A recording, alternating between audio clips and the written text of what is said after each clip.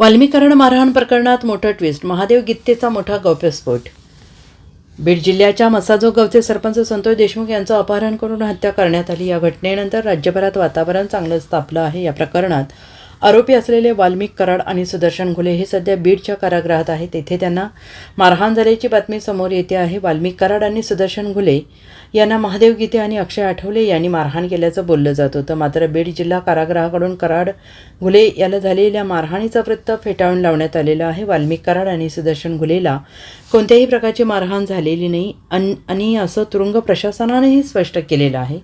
मात्र या घटनेनंतर मोठा निर्णय घेण्यात आलेला आहे। बीड जिल्हा कारागृहातून महादेव गिते याला दुसरीकडे हलवण्यात आलेलं आहे। महादेव गितेची रवानगी छत्रपती संभाजीनगरच्या हर्सुल कारागृहात करण्यात आली आहे।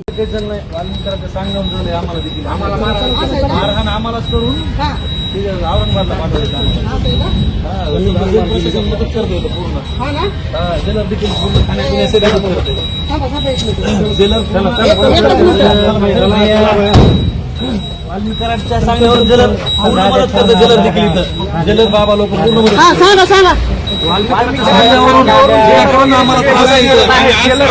सीसीटीव्ही चेक करण्यात यावी। वाल्मिक कराडच्या सांगण्यावरून आम्हाला मारहाण झालेली आहे। मारहाण करून आम्हाला वाल्मिक कराड